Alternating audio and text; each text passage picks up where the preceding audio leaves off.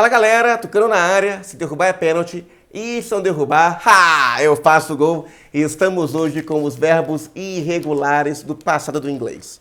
Meus caros, se existe um bicho papão do inglês, esse aqui, os verbos regulares.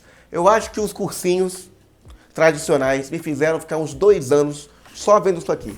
Os verbos irregulares do inglês. Rapaz, era incrível como eles gostavam de cobrar isso aqui em todas as provas durante 2 anos. E cursinhos bons, tá?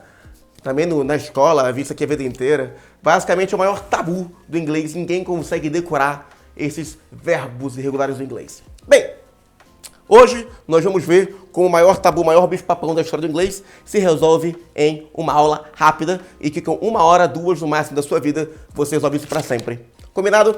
Vamos lá então, meus caros. Basicamente, os verbos irregulares do inglês, eles são vários, tá? São, vamos dizer, quase 100 verbos regulares. E não todos são muito populares, mas alguns são. Então, basicamente, existem alguns tipos de verbos irregulares. Existe o verbo regular, que ele no presente tem essa forma, por exemplo, o verbo to eat. Aí no passado, ele não vai ser eated, né? Não vai ter ed no final. Ele vai mudar para uma forma irregular. Então vai ser eat, ate no passado. E no passado particípio, ele vai ser eaten. Beleza? Então fica eat, ate, eaten. Depois nós veremos para que serve esse passado particípio. Agora não é o momento, tá bom? Outro tipo de verbo que ele se mantém igual nas 3 formas. No presente é let, no passado é let e no passado particípio é let. Temos o que só muda uma vez. Por exemplo, to buy. Buy é comprar, let é permitir, deixar, tá bom? Eat é comer. Buy é comprar. Então, to buy, buy no presente, bought no passado e bought no passado particípio. Tem gente que fala bought também, tá? Eu falo bought do meu sotaque, mas enfim. E tem aqui o que muda e depois volta para o começo. Então, o verbo to come, por exemplo, no presente é come, no passado é came e no participio passado vai ser come de novo. Igual que no presente. Então, temos 4 tipologias de verbos regulares. Então, como é que eu faço? Bem, para poder estudar os verbos regulares, eu já vou ter estudado os verbos no presente e no infinitivo. Então, já sei que to eat, to let, to buy, to come significam. São mais verbos, tá? Só coloquei aqui um tipo de cada tipologia. Então, eu vou memorizar aqui o verbo to eat e vou fazer uma associação com eat, ate e eaten. No caso de um verbo x, y, z. Porque alguns verbos são x, y, z. Então, eat, a gente já viu lá atrás que vai ser Itália, a bandeira da Itália. Ate, eu vou fazer Heitor. Conhece algum Heitor? Eu usaria a imagem de um Heitor. Eu tenho um professor que se chama Heitor, eu vou usar ele como minha imagem. Eaten, eu vou usar um item. Sabe quando joga um jogo de RPG, um jogo online, que aparece um item na sua frente? Então vai ser o item. No caso, como eu jogava Pokémon, vai ser uma Pokébola. Estava na rua, via uma Pokébola, você pegava ela, tinha um item. Então, eu vou fazer agora um verbo como Itália, ate, de Heitor, e eaten, que é um item. Então, eu vou imaginar a bandeira da Itália, ela entra dentro da calça do Heitor, ele abre a calça correndo e sai um item, no caso, para mim, uma Pokébola. E assim eu memorizo o que é eat, ate, eaten. Beleza? O que são todos iguais. O que eu faço?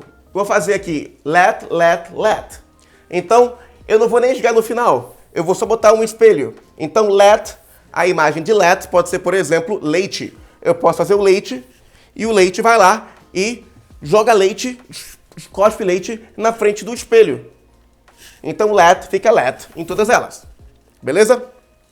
Aqui no caso de buy e bought, o x, y, y é um muito comum. Os mais comuns são o x, y, z e o x, y, y. No x, y, y, eu vou fazer buy e bought.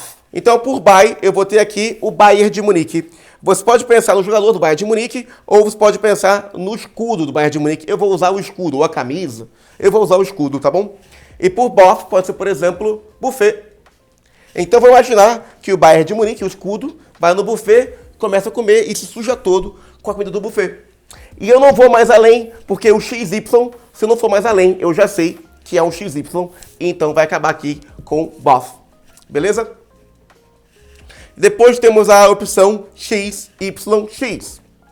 A opção x, y, x é uma opção que eu vou ter aqui o primeiro verbo, come.